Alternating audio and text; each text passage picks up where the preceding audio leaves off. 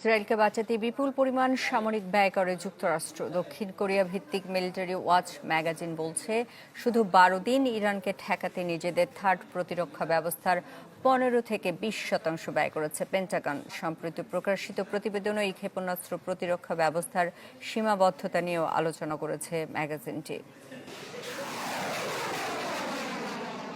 ইরানের হামলা থেকে ইসরায়েলকে বাঁচাতে যেন রণাঙ্গনে বুক পেতে দিয়েছিল যুক্তরাষ্ট্র।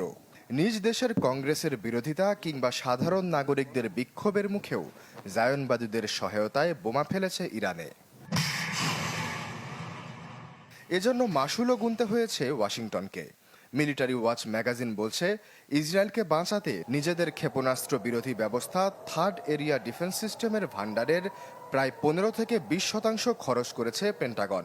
আর এই বিপুল পরিমাণ সামরিক ব্যয় হয় মাত্র ১২ দিনের সংঘর্ষে। দক্ষিণ কোরিয়া ভিত্তিক এই ম্যাগাজিনটির দাবি, এক একটি ক্ষেপণাস্ত্র ধ্বংস করতে থার্ড সিস্টেমের একক উৎক্ষেপণের খরচ প্রায় ১২ থেকে ১৫ মিলিয়ন ডলার। ইরান ইসরায়েল সংঘর্ষে থার্ড সিস্টেমের প্রায় ৬০ থেকে ৮০টি ইন্টারসেপ্টর উৎক্ষেপণ হয়েছে, যার মাধ্যমে কেবল থার্ড